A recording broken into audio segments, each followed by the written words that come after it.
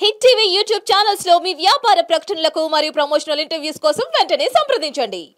మామూలుగా ఎవరైనా వరద బాధితులు కానీ లేదా ఏదైనా పేదవాళ్ళు కానీ ఇంటికొచ్చినప్పుడు మన దుస్తులు వాడిన దుస్తులు ఇస్తూ ఉంటాం. చాలా మంది ఇస్తూ ఉంటారు. అయితే ఇలాంటి దుస్తులు మనం వాడిన దుస్తులు లేదా మనకు మంచి దుస్తులు కానివ్వండి, ఏదైనా మెమొరీకి సంబంధించిన దుస్తులైనా పాతవి అయిపోయినాయి అని చెప్పిస్తుంది. మన మంచి కానీ మనకు ఆ రోజు జరిగిన ఒక శుభప్రదం కానీ అది దుస్తులతో పాటు వెళ్ళిపోయే అవకాశం ఉంటుందా వాళ్ళకి అని ఒక సమస్య మీరు చెప్పారు. అయ్యో, ఇలాంటి సందేహం ఎందుకు వచ్చిందమ్మా? లైవ్ ఉండదు. ఒకవేళ వెళ్ళినా మనకేం నష్టం లేదు.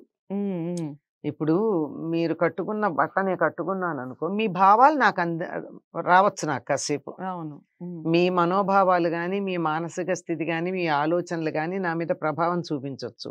కానీ మీ మీద ఉండదు అది. తీసుకున్న వాళ్ళ మీద ఇచ్చిన వాళ్ళ మనోభావాల ప్రభావం ఉంటుంది తప్ప ఇచ్చిన వాళ్ళకి తీసుకున్న వాళ్ళ ప్రభావం ఉండదు. ఉండదు. చేత పాత బట్టలు ఇస్తే తప్పేం లేదు. పాత బట్టల కన్నా మంచివి కొత్తవి ఇస్తే మంచిది. అది ఎవరికి ఇచ్చినా గానీ కొత్తవి ఇవ్వాలంటారు. అలా ఏం లేదు, మంచిదని చెప్తున్నాను అంతే. అంతేగాని పాతవి ఇస్తే ఎంతకాలం ఉంటాయి? మనం కొంతకాలం వాడుకున్నాము, ఆ తర్వాత ఎక్కువ కాలం ఉండవు.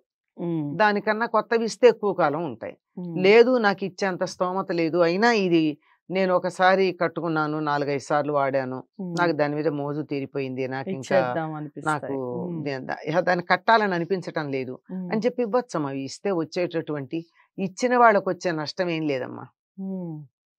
మరీ చిరిగిపోయినవి, పనికిరానివి, అది పట్టుకెళ్ళి వాళ్ళు ఏం చేయాలో తెలియదు అని చెప్పి బాధపడేటటువంటివి అవి ఇవ్వకూడదు. ఇంకొకటి ప్రధానంగా గుర్తుపెట్టుకోవాల్సింది ఏంటంటే, విప్పిన బట్టలు ఇవ్వకూడదు. మళ్ళీ నీట్ గా వాష్ చేసి ఉతికి శుభ్రం చేసి ఉతికి ఇవ్వాలే తప్ప విప్పింది విప్పినట్టుగా మాత్రం ఎట్టి పరిస్థితుల్లో ఇవ్వకూడదు. తర్వాత అలా వాష్ చేసి, అది కూడా ఏమన్నా రిపేర్లు ఉంటే చేసి ఇవ్వండి.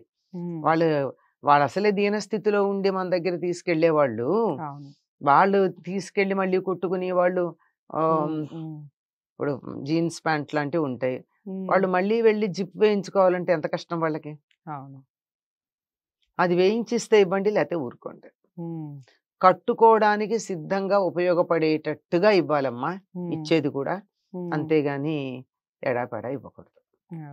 మనం ఇచ్చినందువల్ల ఇచ్చిన వాళ్ళకే నష్టం లేదు. ఇలా మనం ఏదో ఏగాని దానికి పావలా ఖర్చు అయిందని ఒక సామెత చెప్తారే, అట్లా మనం ఇచ్చిన దానికన్నా దాన్ని బాగు చేసుకోవడానికి వాళ్ళ అయ్యే ఖర్చు ఎక్కువ కాకుండా ఉంటే చాలు.